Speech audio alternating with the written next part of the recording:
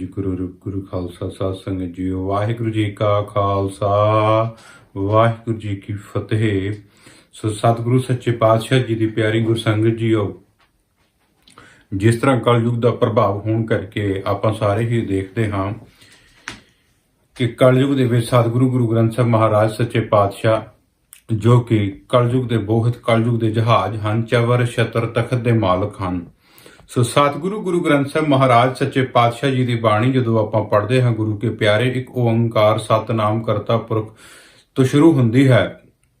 1430 ਅੰਗ ਸਤਿਗੁਰੂ ਜੀ ਨੇ ਬਖਸ਼ਿਸ਼ ਕੀਤੇ ਹਨ ਅਤੇ ਜਦੋਂ ਆਪਾਂ ਗੁਰਬਾਣੀ ਪੜ੍ਹੀਏ ਜਾਂ ਸੁਣੀਏ, ਆਪਾਂ ਨੂੰ ਇੱਕੋ ਹੀ ਗੱਲ ਸਾਹਮਣੇ ਆਏਗੀ। ਸਤਿਗੁਰੂ ਜੀ ਹਰ ਪੰਕਤੀ ਦੇ ਵਿੱਚ ਵਾਰ-ਵਾਰ ਇੱਕੋ ਹੀ ਗੱਲ ਕਹਿ ਰਹੇ ਹਨ ਕਿ ਹੇ ਜੀਵ, ਤੂੰ ਕੇਵਲ ਵਾਹਿਗੁਰੂ ਦੇ ਨਾਮ ਦੇ ਨਾਲ ਜੁੜਨਾ ਕਰ, ਤੇਰੇ ਸਾਰੇ ਦੁੱਖਾਂ ਨੂੰ ਮੈਂ ਖਤਮ ਕਰ ਦਿਆਂਗਾ। ਤੇਰੇ ਸਰੀਰ ਦੇ ਅੰਦਰ, ਤੇਰੇ ਮਨ ਦੇ ਅੰਦਰ ਜਿਤਨੇ ਵੀ ਸੰਤਾਪ ਹਨ, ਜਿਤਨੇ ਵੀ ਮਾੜੇ ਵਿਚਾਰ ਚੱਲ ਰਹੇ ਹਨ, ਜੋ ਕਿ ਤੇਰੇ ਦੁੱਖਾਂ ਦਾ ਕਾਰਨ ਬਣ ਰਹੇ ਹਨ, ਜੋ ਕਿ ਤੇਰੀ ਚਿੰਤਾ ਦਾ ਕਾਰਨ ਬਣ ਰਹੇ ਹਨ, ਉਹਨਾਂ ਨੂੰ ਤੂੰ ਨਾਮ ਨਾਲ ਜਪ ਕੇ ਦੂਰ ਕਰ ਸਕਦਾ ਹੈ। ਗੁਰਮੁਖੋ, ਸਾਨੂੰ ਨਾਮ ਦੀ ਕੀਮਤ ਨਹੀਂ ਪਤਾ ਹੈ, ਕਿਉਂਕਿ ਅਸੀਂ ਨਾਮ ਨਹੀਂ ਜਪਿਆ ਹੈ। ਸਾਨੂੰ ਲੱਗਦਾ ਹੈ ਕਿ ਵਾਹਿਗੁਰੂ ਦਾ ਨਾਮ, ਜੋ ਅਕਾਲ ਪੁਰਖ ਦਾ ਨਾਮ, ਅੱਲਾ, ਗੋਡ, ਰਾਮ ਦਾ ਜੋ ਨਾਮ ਹੈ, ਇਹ ਕੇਵਲ 4 ਅੱਖਰ ਹਨ, ਇਹ ਕੇਵਲ 2 ਅੱਖਰ ਹਨ, ਇਹ ਕੇਵਲ 2.5 ਅੱਖਰ ਹਨ। ਨਹੀਂ ਗੁਰਮੁਖੋ, ਜਿਨ੍ਹਾਂ ਵੀ ਗੁਰਮੁਖ ਗੁਰਸਿੱਖਾਂ ਨੇ, ਜਿਨ੍ਹਾਂ ਵੀ ਭਗਤ ਜਨਾਂ ਨੇ, ਜਿਨ੍ਹਾਂ ਨੇ ਵੀ ਪਰਮੇਸ਼ਰ ਦਾ ਨਾਮ ਜਪਣਾ ਕੀਤਾ ਹੈ, ਉਹਨਾਂ ਨੂੰ ਪੁੱਛ ਕੇ ਦੇਖੋ, ਵਾਹਿਗੁਰੂ ਦਾ ਨਾਮ, ਅਕਾਲ ਪੁਰਖ ਦਾ ਨਾਮ, ਰੱਬ ਦਾ ਨਾਮ ਕਿੰਨਾ ਤਾਕਤਵਰ ਹੈ। ਸੱਚੇ ਪਾਤਸ਼ਾਹ ਜੀ ਦੀ ਕਿਰਪਾ ਦੇ ਨਾਲ ਆਪਾਂ ਸੁਖਮਨੀ ਸਾਹਿਬ ਜੀ ਦੀ ਬਾਣੀ ਪੜ੍ਹਦੇ ਹਾਂ। ਸਿਮਰੋ ਸਿਮਰ ਸਿਮਰ ਸੁਖ ਪਾਵੋ, ਕਲ ਕਲੇਸ਼ ਤਨ ਮਾਹਿ ਮਿਟਾਵੋ, ਸਿਮਰੋ ਜਾਸ ਵਿਸੋਮ ਪਰ ਏਕੈ, ਨਾਮ ਜਪ ਅਗਣਤ ਅਨੇਕਾ। ਇਸ ਕਰਕੇ ਗੁਰਮੁਖੋ, ਵਾਹਿਗੁਰੂ ਮੰਤਰ, ਮੂਲ ਮੰਤਰ, ਗੁਰਬਾਣੀ ਦਾ ਜਾਪ ਆਪਾਂ ਸਾਰੇ ਕਲਯੁਗ ਦੇ ਵਿੱਚ ਕਰ ਸਕਦੇ ਹਾਂ। ਗੁਰੂ ਜੀ ਦੇ ਪਿਆਰਿਓ, ਅੱਜ ਸਾਰਿਆਂ ਦਾ ਹੀ ਜੀਵਨ ਮਹਾਰਾਜ ਸੱਚੇ ਪਾਤਸ਼ਾਹ ਆਖਦੇ ਹਨ, ਨਾਨਕ ਦੁਖੀਆ ਸਭ ਸੰਸਾਰ, ਸਾਰਾ ਹੀ ਸੰਸਾਰ ਦੁੱਖਾਂ ਦੇ ਵਿੱਚ ਪਿਆ ਹੋਇਆ ਹੈ।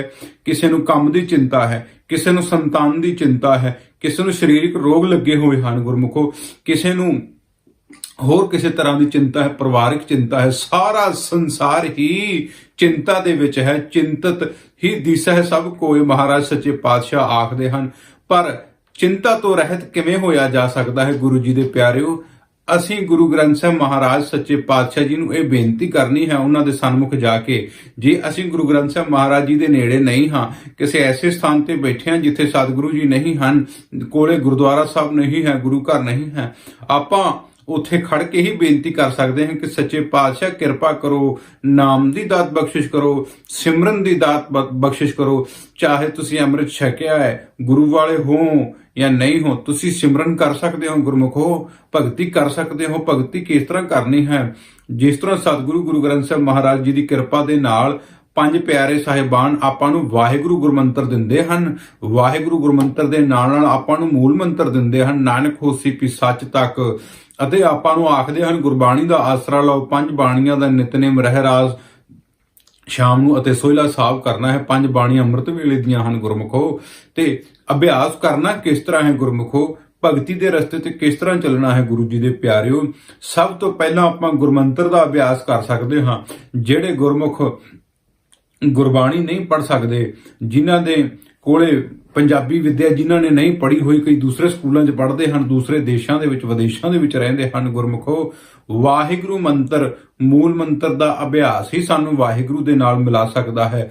ਵਾਹਿਗੁਰੂ ਦੇ ਨਾਲ ਨਾਮ ਕਿਸ ਤਰ੍ਹਾਂ ਮਿਲਾਉਂਦਾ ਹੈ ਗੁਰੂ ਜੀ ਦੇ ਪਿਆਰੇ ਹੋ? ਜੇ ਆਪਾਂ ਸਤਿਗੁਰੂ ਮਹਾਰਾਜ ਜੀ ਨੂੰ ਪੁੱਛੀਏ ਵੀ ਮਹਾਰਾਜ ਸੱਚੇ ਪਾਤਸ਼ਾਹ ਜੀਓ, ਆਪ ਜੀ ਦਾ ਨਾਮ ਕਿਸ ਤਰ੍ਹਾਂ ਵਾਹਿਗੁਰੂ ਦੇ ਨਾਲ ਮਿਲਾਉਂਦਾ ਹੈ? ਸਤਿਗੁਰੂ ਆਖਦੇ ਹਨ, ਜਿਨ ਹਰ ਜਪਿਆ ਸਿਆ ਹਰ ਹੋਏ। ਵਾਹਿਗੁਰੂ ਦਾ ਜੋ ਨਾਮ ਹੈ, ਇਹ ਅੱਖਰ ਨਹੀਂ ਹਨ ਗੁਰਮੁਖੋ, ਇਹ ਸ਼ਬਦ ਹੈ, ਸ਼ਬਦ ਗੁਰੂ ਸੁਰਤਨ ਚੇਲਾ। ਸੋ ਵਾਹਿਗੁਰੂ ਦਾ ਸਿਮਰਨ ਜਦੋਂ ਅਸੀਂ ਕਰਦੇ ਹਾਂ, ਸਾਡੇ ਅੰਦਰ ਵਾਹਿਗੁਰੂ ਦੀ ਯਾਦ ਪੈਦਾ ਹੁੰਦੀ ਹੈ। ਸਾਡੇ ਅੰਦਰ, ਸਾਡੇ ਮਨ ਦੇ ਅੰਦਰ, ਸਾਡੇ ਅੰਤਰਾਤਮੇ ਦੇ ਅੰਦਰ ਵਾਹਿਗੁਰੂ ਦੀ ਛਵੀ ਪੈਦਾ ਹੁੰਦੀ ਹੈ। ਸਾਡਾ ਮਨ ਵਾਹਿਗੁਰੂ ਦੇ ਨਾਲ ਜੁੜਦਾ ਹੈ। ਹੌਲੀ ਹੌਲੀ ਕੀ ਹੁੰਦਾ ਹੈ? ਜੁੜਦੇ ਸਾਡਾ ਮਨ ਵਾਹਿਗੁਰੂ ਦੇ ਮੰਡਲ ਦੇ ਵਿੱਚ ਜਾਣ ਲੱਗ ਜਾਂਦਾ ਹੈ। ਵਾਹਿਗੁਰੂ ਨੂੰ ਮਿਲਣ ਦੀਆਂ 4 ਅਵਸਥਾਵਾਂ ਮਹਾਰਾਜ ਜੀ ਨੇ ਸ਼ਬਦ ਦੇ ਦੁਆਰਾ ਦੱਸੀਆਂ ਹਨ, ਬੈਖਰੀ, ਮਧਮਾ, ਪਸੰਤੀ, ਪਰਾ। ਅਤੇ ਇਹਨਾਂ ਅਵਸਥਾਵਾਂ ਨੂੰ ਲੰਘਦਾ ਹੋਇਆ ਜੀਵ, ਬੈਖਰੀ ਅਵਸਥਾ ਕੀ ਹੈ? ਬੋਲ ਕੇ ਸਿਮਰਨ ਕਰਨਾ। ਮਧਮਾ ਅਵਸਥਾ ਕੀ ਹੈ? ਅੰਤਰਗਤ ਅੰਦਰ ਗੁਪਤ ਸਿਮਰਨ ਕਰਨਾ। ਪਸੰਤੀ ਅਵਸਥਾ ਕੀ ਹੈ? ਅੰਦਰੋਂ ਸਿਮਰਨ ਆਪਣੇ ਆਪ ਚੱਲਣਾ, ਜੀਵ ਨਾ ਹਿਲਣੀ, ਬੁੱਲ ਨਾ ਹਿੱਲਣੇ, ਅੰਦਰੋਂ ਸਿਮਰਨ ਚੱਲਣਾ। ਅਤੇ ਪਰਾ ਅਵਸਥਾ ਦੇ ਵਿੱਚ ਕੀ ਹੈ ਗੁਰਮੁਖੋ, ਰੂਮ ਰੂਮ ਸਿਮਰਨ ਦੇ ਵਿੱਚ ਜਾ ਕੇ ਨਿਰਗੁਣ ਬ੍ਰਹਮ ਦੇ ਵਿੱਚ ਜਾਣਾ ਸ਼ੁਰੂ ਕਰ ਦਿੰਦਾ ਹੈ। ਉੱਥੇ ਅਨਹਦ ਸ਼ਬਦ ਚੱਲ ਰਿਹਾ ਹੈ, ਵਾਹਿਗੁਰੂ ਮੰਤਰ ਜਾਂ ਜਿਸ ਵੀ ਸ਼ਬਦ ਦਾ ਤੁਸੀਂ ਜਾਪ ਕੀਤਾ ਹੈ ਉਹੀ ਸ਼ਬਦ ਬ੍ਰਹਮੰਡ ਦੇ ਵਿੱਚੋਂ ਤੁਹਾਨੂੰ ਸੁਣਾਈ ਦੇਗਾ। ਉਸ ਸ਼ਬਦ ਨੂੰ ਜਦੋਂ ਸੁਣੇਗਾ ਤਾਂ ਸੁਰਤ ਮਤਵਾਲੀ ਹੋ ਜਾਏਗੀ। ਉਸ ਮਿੱਠੇ ਸ਼ਬਦ ਨੂੰ ਜਦੋਂ ਸੁਣੇਗਾ ਤਾਂ ਸਰੀਰ ਤੋਂ ਉੱਪਰ ਹੋ ਜਾਏਗਾ। ਸਰੀਰ ਤੋਂ ਉੱਪਰ ਹੋ ਕੇ ਬ੍ਰਹਮੰਡ ਦੇ ਵਿੱਚ ਇਸ ਦੀ ਆਤਮਾ, ਇਸ ਦਾ ਮਨ ਲੀਨ ਹੋਇਆ ਰਹੇਗਾ। ਇਹ ਆਪਣੇ ਆਪ ਨੂੰ ਇਸ ਤਰ੍ਹਾਂ ਮਹਿਸੂਸ ਕਰੇਗਾ ਜਿਸ ਤਰ੍ਹਾਂ ਮੈਂ ਸਰੀਰ ਨਹੀਂ ਹਾਂ, ਮੈਂ ਆਕਾਸ਼ ਦੇ ਵਿੱਚ ਫੈਲਿਆ ਹੋਇਆ, ਜਿੱਥੇ ਕਿ ਕੋਈ ਆਕਾਰ ਨਹੀਂ ਹੈ, ਜਿੱਥੇ ਕਿ ਸੂਰਜ, ਚੰਦ, ਤਾਰੇ ਵੀ ਖਤਮ ਹੋ ਜਾਂਦੇ ਹਨ, ਜਿੱਥੇ ਕੁੱਲ ਖੰਡ ਬ੍ਰਹਮੰਡ ਵੀ ਖਤਮ ਹੋ ਜਾਂਦੇ ਹਨ। ਮੈਂ ਉੱਥੇ ਟਿਕਿਆ ਹੋਇਆ ਇੱਕ ਆਤਮਾ ਹਾਂ।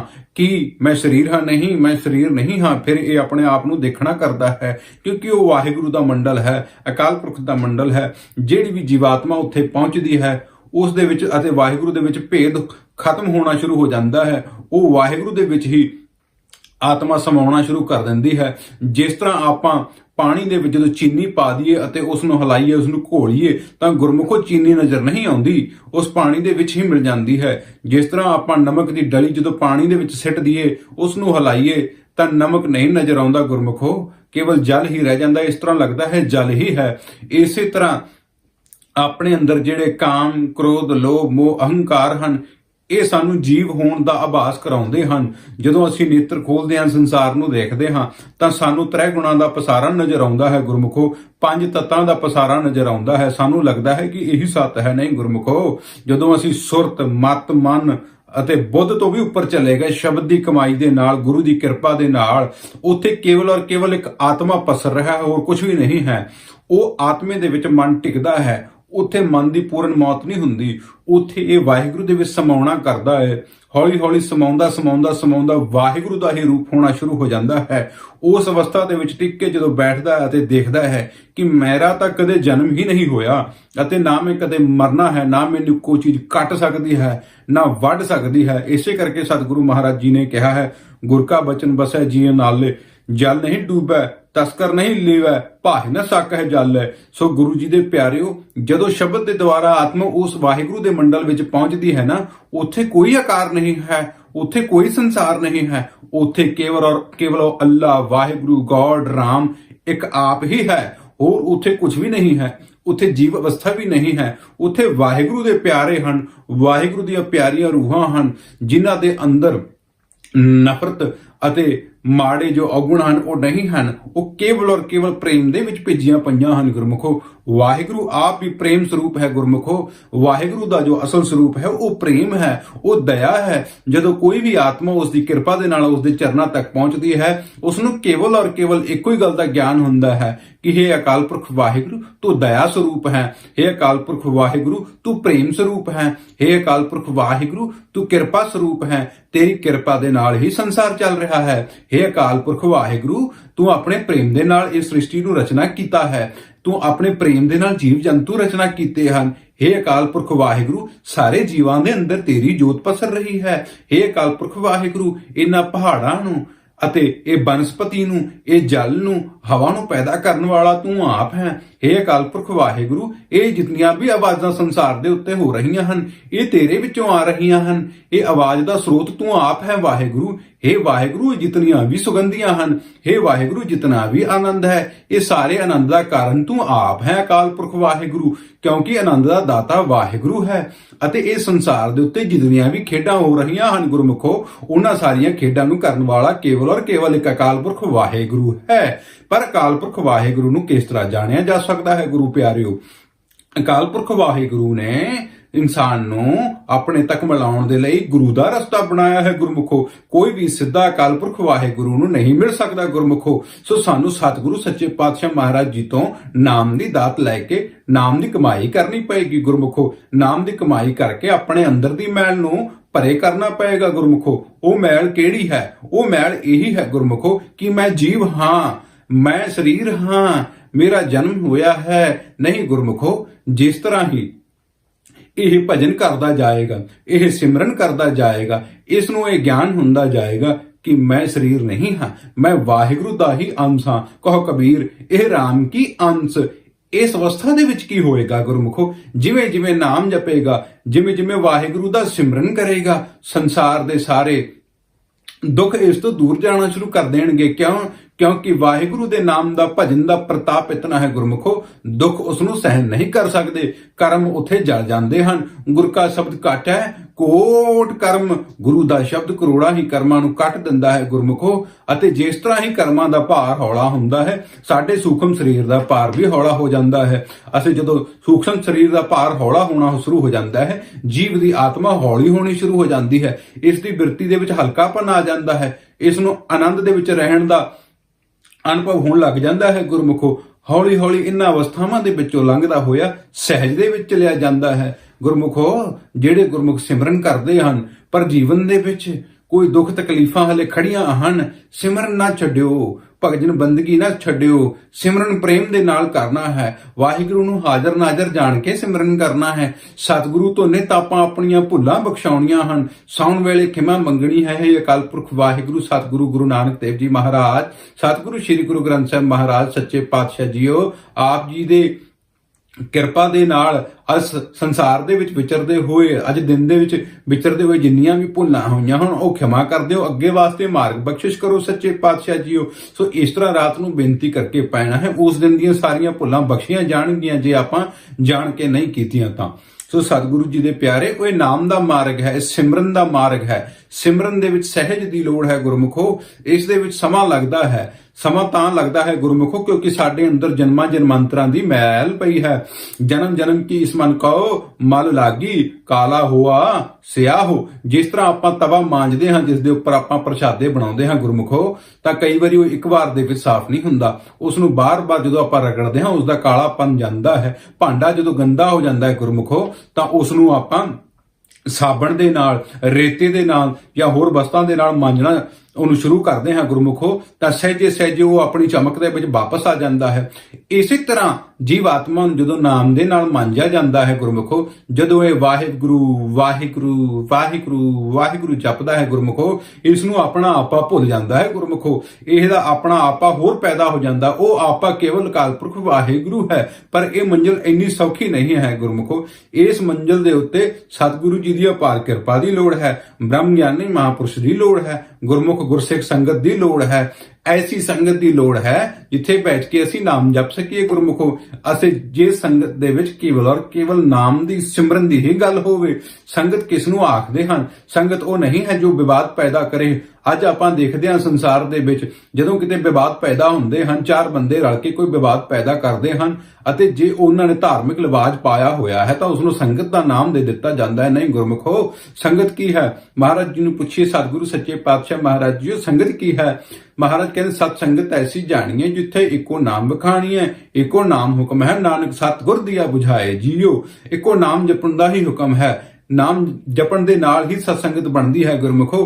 ਹੋਰ ਸਤਸੰਗਤ ਨਹੀਂ ਕਿਹਾ ਜਾ ਸਕਦਾ। ਚਾਹੇ ਆਪਾਂ ਸਤਿਗੁਰੂ ਗੁਰੂ ਗ੍ਰੰਥ ਸਾਹਿਬ ਮਹਾਰਾਜ ਜੀ ਦੀ ਹਜ਼ੂਰੀ 'ਚ ਬੈਠੇ ਹਾਂ, ਪਰ ਜੇ ਆਪਾਂ ਉੱਥੇ ਗੱਲਾਂ ਕਰ ਰਹੇ ਹਾਂ ਉਹ ਸਤਸੰਗਤ ਨਹੀਂ ਮੰਨੀ ਜਾਏਗੀ। ਜੇ ਉੱਥੇ ਨਾਮ ਤੋਂ ਇਲਾਵਾ ਕੋਈ ਵੀ ਹੋਰ ਤਰ੍ਹਾਂ ਦੀ ਵਿਚਾਰ ਹੋ ਰਹੀ ਹੈ ਗੁਰਮੁਖੋ, ਉਹ ਸਤਸੰਗਤ ਨਹੀਂ ਮੰਨੀ ਜਾਏਗੀ। ਉੱਥੇ ਕੇਵਲ ਔਰ ਕੇਵਲ ਗੁਰਬਾਣੀ, ਨਾਮ, ਸਿਮਰਨ, ਕੀਰਤਨ ਦਾ ਹੀ ਪ੍ਰਵਾਹ ਚੱਲਣਾ ਚਾਹੀਦਾ ਹੈ ਗੁਰਮੁਖੋ। ਜੇ ਇਸ ਤੋਂ ਇਲਾਵਾ ਕੋਈ ਹੋਰ ਪ੍ਰਵਾਹ ਚੱਲਦਾ ਹੈ ਤਾਂ ਉੱਥੇ ਅਸੀਂ ਸਤਿਗੁਰੂ ਜੀ ਦੇ ਦੇਣਦਾਰ ਹੋ ਜਾਂਦੇ ਹਾਂ ਗੁਰਮੁਖੋ। ਸਤਿਗੁਰੂ ਸੱਚੇ ਪਾਤਸ਼ਾਹ ਮਹਾਰਾਜ ਜੀ ਨਿਰਵੈਰ ਹਨ। ਸਤਿਗੁਰੂ ਜੀ ਕਿਸੇ ਨੂੰ ਮਹਾਰਾਜ ਜੀ ਸਜ਼ਾ ਨਹੀਂ ਦਿੰਦੇ, ਪਰ ਅਸੀਂ ਆਪਣੇ ਕਰਮਾਂ ਕਰਕੇ ਸਜ਼ਾ ਪਾਉਨੇ ਹਾਂ। ਪਰ ਫਿਰ ਵੀ ਗੁਰਮੁਖੋ, ਜੇ ਸਾਡੇ ਤੋਂ ਕਿਸੇ ਮਾੜੇ ਕਰਮਾਂ ਕਰਕੇ ਗਲਤੀਆਂ ਹੋ ਗਈਆਂ ਹਨ, ਅਸੀਂ ਸੰਸਾਰ ਦੇ ਵਿੱਚ ਦੁੱਖ ਭੋਗ ਰਹੇ ਹਾਂ, ਸੰਤਾਪ ਭੋਗ ਰਹੇ ਹਾਂ, ਸੱਚ ਜਾਣਿਓ ਗੁਰੂ ਕੇ ਪਿਆਰਿਓ, ਅੱਜ ਹੀ ਸਤਿਗੁਰੂ ਗੁਰੂ ਗ੍ਰੰਥ ਸਾਹਿਬ ਮਹਾਰਾਜ ਸੱਚੇ ਪਾਤਸ਼ਾਹ ਜੀ ਨੂੰ ਹਾਜ਼ਰ ਨਾਜ਼ਰ ਜਾਣ ਕੇ ਬੇਨਤੀ ਕਰੋ, ਸਤਿਗੁਰੂ ਜੀਓ ਕਿਰਪਾ ਕਰੋ ਮਹਾਰਾਜ ਜੀ, ਬਹੁਤ ਗਲਤੀਆਂ ਹੋ ਗਈਆਂ ਹਨ, ਅਣਜਾਣੇ 'ਚ ਹੋ ਗਈਆਂ ਮਹਾਰਾਜ, ਅਣਜਾਣੇ 'ਚ ਹੋ ਗਈਆਂ ਹਨ। ਸਤਿਗੁਰੂ ਸੱਚੇ ਪਾਤਸ਼ਾਹ ਮਹਾਰਾਜ ਜੀਓ,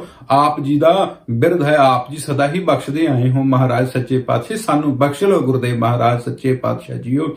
ਸੱਚ ਜਾਣਿਓ ਗੁਰਮੁਖੋ, ਹਿਰਦੇ 'ਚੋਂ ਕੀਤੀ ਹੋਈ ਬੇਨਤੀ ਉਸੇ ਵੇਲੇ ਪ੍ਰਵਾਨ ਹੋ ਜਾਂਦੀ ਹੈ ਅਤੇ ਸਤਿਗੁਰੂ ਸੱਚੇ ਪਾਤਸ਼ਾਹ ਮਹਾਰਾਜ ਜੀ, ਸਤਿਗੁਰੂ ਸਭਨਾਂ ਦਾ ਭਲਾ ਮਨਾਏਂਦਾ। ਸਤਿਗੁਰੂ ਤਾਂ ਸਾਡਾ ਸਾਰਿਆਂ ਦਾ ਭਲਾ ਹੀ ਮਨਾ ਰਹੇ ਹਨ। ਜਦੋਂ ਸਤਿਗੁਰੂ ਮਹਾਰਾਜ ਜੀ ਦੀ ਸ਼ਰਨ ਦੇ ਵਿੱਚ ਕੋਈ ਸਿੱਖ ਆਉਂਦਾ ਹੈ ਚੱਲ ਕੇ, ਜਾਂ ਦੂਰੋਂ ਕੋਈ ਬੇਨਤੀ ਕਰਦਾ ਹੈ ਖੜ ਕੇ, ਇਹ ਮਹਾਰਾਜ ਮੇਰੇ ਤੋਂ ਗਲਤੀਆਂ ਹੋ ਗਈਆਂ ਹਨ, ਬਖਸ਼ ਲੈ, ਅੱਗੇ ਮਾਰਗ ਦੇ ਦਿਓ ਸੱਚੇ ਪਾਤਸ਼ਾਹ ਜੀਓ, ਤਾਂ ਸਤਿਗੁਰੂ ਸੱਚੇ ਪਾਤਸ਼ਾਹ ਉਸੇ ਵੇਲੇ ਉਸ ਨੂੰ ਅੰਤਰਾਤਮੇ ਕਿਰਪਾ ਕਰਦੇ ਹਨ, ਉਸ ਨੂੰ ਆਤਮ ਬਲ ਬਖਸ਼ਿਸ਼ ਕਰਦੇ ਹਨ, ਉਸ ਨੂੰ ਆਪਣਾ ਪ੍ਰਕਾਸ਼ ਬਖਸ਼ਿਸ਼ ਕਰਦੇ ਹਨ ਗੁਰਮੁਖੋ, ਅਤੇ ਉਸ ਦੇ ਲਈ ਕਈ ਰਸਤੇ ਖੋਲਦੇ ਹਨ ਮਹਾਰਾਜ ਸੱਚੇ ਪਾਤਸ਼ਾਹ।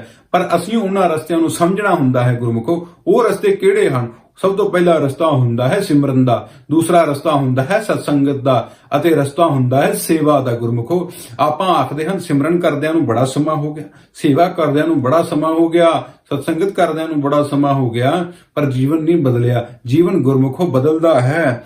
ਅਸੀਂ ਵਿਸ਼ਵਾਸ ਕਰਨਾ ਹੈ ਜਿਸ ਵੇਲੇ ਅਸੀਂ ਸਤਿਗੁਰੂ ਜੀ ਦੀ ਕਿਰਪਾ ਨਾਲ ਸੇਵਾ ਸਿਮਰਨ ਦਾ ਆਪਾਂ ਪ੍ਰਵਾਹ ਚਲਾ ਲਿਆ ਆਪਣੇ ਜੀਵਨ ਦੇ ਵਿੱਚ, ਉਸੇ ਵੇਲੇ ਵਿਸ਼ਵਾਸ ਕਰਨਾ ਹੈ ਕਿ ਅੱਜ ਤੋਂ ਹੀ ਮੇਰੇ ਗੁਰੂ ਨੇ ਕਿਰਪਾ ਕਰ ਦਿੱਤੀ ਹੈ ਅਤੇ ਮੇਰਾ ਜੀਵਨ ਬਦਲਣਾ ਸ਼ੁਰੂ ਹੋ ਗਿਆ ਹੈ। ਗੁਰਮੁਖੋ, ਜੇ ਆਪਾਂ ਇਹ ਰਸਤਾ ਨਾ ਛੱਡਾਂਗੇ, ਤੁਰਦੇ ਤੁਰਦੇ ਚਲਦੇ ਚਲਦੇ ਐਸਾ ਰੰਗ ਲੱਗ ਜਾਏਗਾ ਕਿ ਉਹ ਰੰਗ ਫਿਰ ਜਾਏਗਾ ਨਹੀਂ ਗੁਰਮੁਖੋ। ਲਾਲ ਰੰਗ ਤਿਸਕੋ ਲਗਾ ਜਿਸਕੇ ਵਡਭਾਗਾ, ਮੈਲਾ ਕਦੇ ਨਾ ਹੋ ਗਈ ਨਾ ਲੱਗਿਆ ਦਾਗਾ ਗੁਰਮੁਖੋ। ਜਦੋਂ ਇਹ ਲਾਲ ਰੰਗ ਕਿਉਂ ਆਖਿਆ ਹੈ ਗੁਰਮੁਖੋ? ਕਿਉਂਕਿ ਇਹ ਭਗਤੀ ਦਾ ਰੰਗ ਹੈ। ਇਹ ਭਗਤੀ ਦਾ ਰੰਗ ਜਦੋਂ ਇੱਕ ਵਾਰੀ ਲੱਗ ਗਿਆ, ਫਿਰ ਭਗਤੀ ਦਾ ਰੰਗ ਨਹੀਂ ਛੁੱਟਦਾ, ਫਿਰ ਜਨਮਾਂ ਜਨਮਾਂਤਰਾਂ ਤੱਕ ਇਹ ਚੀਜ਼ ਚੱਲਦੀ ਹੈ। ਫਿਰ ਬੰਦਾ ਕਹਿੰਦਾ ਹੈ ਕਿ ਹੇ ਵਾਹਿਗੁਰੂ ਅਕਾਲ ਪੁਰਖ, ਮੈਨੂੰ ਆਪਣੀ ਬੰਦਗੀ ਕਰਾਈ ਚੱਲ, ਮੈਨੂੰ ਹੋਰ ਕੁਝ ਨਹੀਂ ਚਾਹੀਦਾ। ਅਕਾਲ ਪੁਰਖ ਇਸ ਨੂੰ ਆਖਦੇ ਹਨ, ਮੈਂ ਤੈਨੂੰ ਰਾਜਾ ਬਣਾ ਦਿੰਨਾ ਹਾਂ, ਮੈਂ ਤੈਨੂੰ ਸ਼ਹਿਨਸ਼ਾਹ ਬਣਾ ਦਿੰਨਾ ਹਾਂ, ਮੈਂ ਤੈਨੂੰ ਇਸ ਕੋਲ ਬ੍ਰਹਮੰਡ ਦਾ ਰਾਜਾ ਬਣਾ ਕੇ ਥਾਪ ਦਿੰਨਾ ਹਾਂ, ਤੂੰ ਸੂਖਮ ਮੰਡਲ ਵਿੱਚ ਬੈਠ ਕੇ ਇਸ ਬ੍ਰਹਮੰਡ ਨੂੰ ਚਲਾ। ਤਾਂ ਸੇਵਾ ਆਖਦਾ, ਨਾ ਪ੍ਰਭੂ, ਮੈਂ ਆਪ ਜੀ ਦੇ ਚਰਨਾਂ ਦਾ ਭਜਨ ਹੀ ਕਰਨਾ ਹੈ ਅਤੇ ਹੋਰ ਜੋ ਆਪ ਜੀ ਦਾ ਹੁਕਮ ਹੈ ਸੇਵਾ ਕਰਨ ਦਾ ਉਹ ਕਰਾਂਗਾ, ਪਰ ਮੈਨੂੰ ਕੋਈ ਰਾਜ ਨਹੀਂ ਚਾਹੀਦਾ।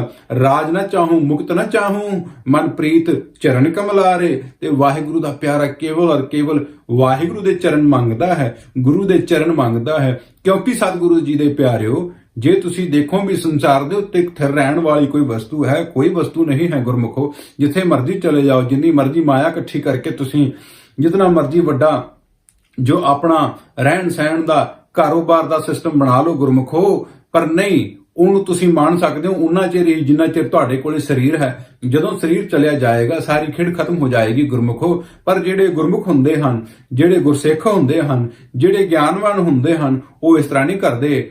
ਉਹ ਬਣਾਉਂਦੇ ਹਨ ਸਾਰਾ ਕੁਝ, ਉਹ ਕਰਦੇ ਹਨ, ਸੰਸਾਰੀ ਕਾਰੋਬਾਰ ਵੀ ਕਰਦੇ ਹਨ ਗੁਰਮੁਖੋ, ਪਰ ਉਹਨਾਂ ਦੀ ਸੁਰਤ ਅੰਤਰਾਤਮੇ ਵਾਹਿਗੁਰੂ ਜੀ ਦੇ ਨਾਲ ਜਾ ਕੇ ਮਿਲ ਜਾਂਦੀ ਹੈ ਅਤੇ ਉਹ ਸਰੀਰ ਨੂੰ ਇਸ ਤਰ੍ਹਾਂ ਛੱਡਦੇ ਹਨ ਜਿਸ ਤਰ੍ਹਾਂ ਆਪਾਂ ਕੱਪੜੇ ਉਤਾਰਦੇ ਹਾਂ। ਤੁਸੀਂ ਦੇਖਿਆ ਹੋਵੇਗਾ ਬੜੇ ਹੀ ਗੁਰਮੁਖਾਂ ਗੁਰਸਿੱਖਾਂ ਨੇ ਇਸ ਤਰ੍ਹਾਂ ਸਰੀਰ ਛੱਡਿਆ ਹੈ। ਸਿੱਖੀ ਦੇ ਵਿੱਚ ਬਹੁਤ ਉਦਾਹਰਨਾਂ ਐਸੀਆਂ ਹਨ, ਸ਼ਹੀਦ ਰੂਹਾਂ ਜਿਨ੍ਹਾਂ ਨੇ ਸਰੀਰ ਛੱਡੇ ਹਨ। ਸਤਿਗੁਰੂ ਮਹਾਰਾਜ ਸੱਚੇ ਪਾਤਸ਼ਾਹ ਜੀ ਨੇ ਕਲਾ ਵਰਤਾਈ ਹੈ। ਗੁਰੂ ਤੇਗ ਬਹਾਦਰ ਮਹਾਰਾਜ ਸੱਚੇ ਪਾਤਸ਼ਾਹ ਆਪ ਸ੍ਰੀ ਅਨੰਦਪੁਰ ਸਾਹਿਬ ਤੋਂ ਚੱਲ ਕੇ ਦਿੱਲੀ ਜਾ ਕੇ ਬਿਰਾਜਮਾਨ ਹੁੰਦੇ ਹਨ ਅਤੇ ਆਖਦੇ ਹਨ, ਲਓ ਮੇਰਾ ਸੀਸ ਕੱਟੋ। ਸੋ ਇਹ ਸਤਿਗੁਰੂ ਸੱਚੇ ਪਾਤਸ਼ਾਹ ਮਹਾਰਾਜ ਜੀ ਦੀ ਨਿਰਵੈਰਤਾ ਅਤੇ ਨਿਰਭੈਤਾ ਦੀ ਨਿਸ਼ਾਨੀ ਹੈ। ਉਹ ਕਿਸ ਤਰ੍ਹਾਂ ਹੈ ਗੁਰਮੁਖੋ? ਕਿਉਂਕਿ ਸਤਿਗੁਰੂ ਜੋਤ ਸਰੂਪ ਹੈ। ਸਤਿਗੁਰੂ ਸਾਨੂੰ ਇਹ ਦਰਸਾਉਂਦੇ ਹਨ ਗੁਰਮੁਖੋ ਕਿ ਨਾਮ ਜਪੋ, ਸਿਮਰਨ ਕਰੋ, ਫਿਰ ਤੁਹਾਨੂੰ ਇਸ ਅਵਸਥਾ ਦੀ ਪ੍ਰਾਪਤੀ ਹੋਏਗੀ। ਸਤਿਗੁਰੂ ਮਹਾਰਾਜ ਜੀ ਦੇ ਨਾਲ ਜਿੰਨੇ ਵੀ ਸਿੱਖ ਸ਼ਹੀਦ ਹੋਏ ਹਨ ਗੁਰਮੁਖੋ, ਤੇ ਉਹਨਾਂ ਨੂੰ ਤੁਸੀਂ ਦੇਖੋ, ਭਾਈ ਮਤੀ ਦਾਸ, ਸਤੀ ਦਾਸ ਜੀ, ਭਾਈ ਦਿਆਲਾ ਜੀ, ਉਹਨਾਂ ਨੇ ਮੂੰਹ ਚੋਂ ਸੀਸ ਨਹੀਂ ਕੱਢੀ ਗੁਰਮੁਖ। ਇਹ ਨਾਮ ਦਾ ਪ੍ਰਤਾਪ ਹੈ। ਸ੍ਰੀ ਬਾਬਾ ਦੀਪ ਸਿੰਘ ਸਾਹਿਬ ਸ਼ਹੀਦ ਜੀ, ਜਿਨ੍ਹਾਂ ਨੇ ਖੰਡਾ ਫੜ ਕੇ ਜੰਗ ਕੀਤਾ ਹੈ ਗੁਰਮੁਖੋ, ਸੀਸ ਅਲੱਗ ਹੋ ਗਿਆ ਹੈ, ਪਰ ਜੋ ਸੀਸ ਹੱਥ ਦੇ ਉੱਪਰ ਚੱਕ ਕੇ ਮਹਾਰਾਜ ਨੂੰ ਭੇਟ ਕਰਨ ਵਾਸਤੇ ਸ੍ਰੀ ਰਾਮਦਾਸ ਗੁਰੂ ਮਹਾਰਾਜ ਸੱਚੇ ਪਾਤਸ਼ਾਹ ਗੁਰੂ ਰਾਮਦਾਸ ਪਾਤਸ਼ਾਹ ਮਾਰੇ ਸਥਾਨ ਤੇ ਜਾ ਕੇ ਕਿਸ ਤਰ੍ਹਾਂ, ਜਿਸ ਤਰ੍ਹਾਂ ਆਪਾਂ ਫੁੱਲ ਭੇਟ ਕਰਦੇ ਹਾਂ ਗੁਰਮੁਖੋ, ਇਸ ਤਰ੍ਹਾਂ ਆਪਣਾ ਸੀਸ ਭੇਟਾ ਕੀਤਾ ਉੱਥੇ ਜਾ ਕੇ ਕਿ ਸਤਿਗੁਰੂ ਸੱਚੇ ਪਾਤਸ਼ਾਹ ਜੀ, ਤੁਹਾਡੀ ਕਿਰਪਾ ਦੇ ਨਾਲ ਇਹ ਸੀਸ ਇੱਥੇ ਤੱਕ ਪਹੁੰਚਿਆ ਹੈ, ਤੁਹਾਡੇ ਬਖਸ਼ੇ ਆਤਮ ਬਲ ਦੇ ਨਾਲ ਆਇਆ ਹੈ ਮਹਾਰਾਜ ਸੱਚੇ ਪਾਤਸ਼ਾਹ ਜੀ। ਸੋ ਗੁਰਮੁਖੋ, ਇਹ ਸਾਰਾ ਭਗਤੀ ਦਾ ਪ੍ਰਤਾਪ ਹੈ, ਇਹ ਭਜਨ ਬੰਦਗੀ ਦਾ ਪ੍ਰਤਾਪ ਹੈ, ਇਹ ਸਿਮਰਨ ਦਾ ਪ੍ਰਤਾਪ ਹੈ। ਸਿਮਰਨ ਹੀ ਸਾਰਾ ਕੁਝ ਹੈ ਗੁਰੂ ਜੀ ਦੇ ਪਿਆਰਿਓ। ਜਿਹੜੇ ਸਿਮਰਨ ਤੇ ਲੱਗੇ ਹੋਏ ਹਨ, ਜੋਰਾਂ ਸ਼ੋਰਾਂ ਨਾਲ ਇਸ ਨੂੰ ਕਰੋ, ਪ੍ਰੇਮ ਨਾਲ ਲੱਗੇ ਰਹੋ। ਸੰਸਾਰ ਜੋ ਕਰਦਾ ਕਰਨ ਦੋ ਗੁਰਮੁਖੋ। ਤੁਹਾਨੂੰ ਕੋਈ ਟੋਕਾ ਟਕਾਈ ਕਰਦਾ ਸਿਮਰਨ ਦੇ ਵਿੱਚ ਤਾਂ ਪਿੱਛੇ ਨਾ ਹਟੋ, ਸਿਮਰਨ ਦੇ ਨਾਲ ਜੁੜੇ ਰਹੋ। ਸਿਮਰਨ ਹੀ ਜੀਵਨ ਹੈ, ਵਾਹਿਗੁਰੂ ਦਾ ਨਾਮ ਹੀ ਜੀਵਨ ਹੈ। ਵਾਹਿਗੁਰੂ ਦੇ ਨਾਮ ਦੇ ਵਿੱਚ ਹੀ ਆਪਾਂ ਸਮਾ ਜਾਈਏ ਅਤੇ ਵਾਹਿਗੁਰੂ ਜੀ ਦੇ ਚਰਨਾਂ ਦਾ ਰੂਪ ਹੋ ਜਾਈਏ ਗੁਰਮੁਖੋ। ਇਹੀ ਜੀਵਨ ਹੈ। ਸਾਈਂ ਨਾਮ ਅਮੋਲ ਕੀਮ ਨਾ ਕੋਈ ਜਾਣ ਦੋ। ਵਾਹਿਗੁਰੂ ਦਾ ਨਾਮ ਇੰਨਾ ਅਮੁੱਲਕ ਹੈ। ਇਹ ਤਾਂ ਮਹਾਤਮਾ ਜਿਨ੍ਹਾਂ ਨੂੰ ਪੁੱਛ ਕੇ ਦੇਖੀਏ, ਇਹ ਤਾਂ ਵਾਹਿਗੁਰੂ ਦੇ ਪਿਆਰਿਆਂ ਤੋਂ ਪੁੱਛ ਕੇ ਦੇਖੀਏ। ਜੇ ਉਹਨਾਂ ਨੂੰ ਆਖੋ ਵੀ ਤੁਸੀਂ ਵਾਹਿਗੁਰੂ ਦਾ ਨਾਮ ਨਾ ਜਪੋ, ਤੁਹਾਨੂੰ ਇੰਨੀ ਮਾਇਆ ਦੇ ਦਿਆਂਗੇ। ਉਹ ਕਹਿੰਦੇ ਸਾਨੂੰ ਨਹੀਂ ਮਾਇਆ ਚਾਹੀਦੀ, ਸਾਨੂੰ ਨਹੀਂ ਸੁਖ ਚਾਹੀਦੇ, ਸਾਤੋਂ ਵਾਹਿਗੁਰੂ ਦਾ ਨਾਮ ਨਾ ਵਾਪਸ ਲਓ। ਆਖਾਂ ਜੀਵਾ ਵਿਸਰੈ ਮਰ ਜਾਓ। ਸੋ ਉਹਨਾਂ ਦੀ ਇਹ ਅਵਸਥਾ ਬਣ ਆਈ ਹੈ ਗੁਰਮੁਖੋ, ਪਰ ਇਹ ਬਣ ਆਈ ਹੈ ਗੁਰੂ ਦੀ ਕਿਰਪਾ ਨਾਲ, ਨਾਮ ਦੇ ਸਿਮਰਨ ਦੇ ਨਾਲ। ਸੋ ਇਹ ਵਿਚਾਰ ਸਤਿਗੁਰੂ ਮਹਾਰਾਜ ਸੱਚੇ ਪਾਤਸ਼ਾਹ ਜੀ ਦੇ ਹੁਕਮ ਅਨੁਸਾਰ ਸਿਮਰਨ ਦੀ ਪ੍ਰੇਰਨਾ ਇਸ ਸੰਸਾਰ ਨੂੰ ਕਰਨ ਵਾਸਤੇ ਰੱਖੀ ਗਈ ਹੈ। ਸੋ ਕਲਯੁਗ ਦੇ ਵਿੱਚ ਸਤਿਗੁਰੂ ਪਾਤਸ਼ਾਹ ਮਹਾਰਾਜ ਜੀ ਦਾ ਹੁਕਮ ਵੀ ਹੈ ਅਤੇ ਸੰਗਤ ਦੇ ਚਰਨਾਂ ਦੇ ਵਿੱਚ ਬੇਨਤੀ ਵੀ ਹੈ, ਨਾਮ ਜਪੋ, ਨਾਮ ਜਪੋ, ਨਾਮ ਜਪੋ, ਸਿਮਰਨ ਕਰੋ, ਸਿਮਰਨ ਕਰੋ, ਵਾਹਿਗੁਰੂ ਦੀ ਭਗਤੀ ਕਰੋ ਗੁਰਮੁਖੋ। ਵਾਹਿਗੁਰੂ ਜੀ ਕਾ ਖਾਲਸਾ, ਵਾਹਿਗੁਰੂ ਜੀ ਕੀ ਫਤਿਹ।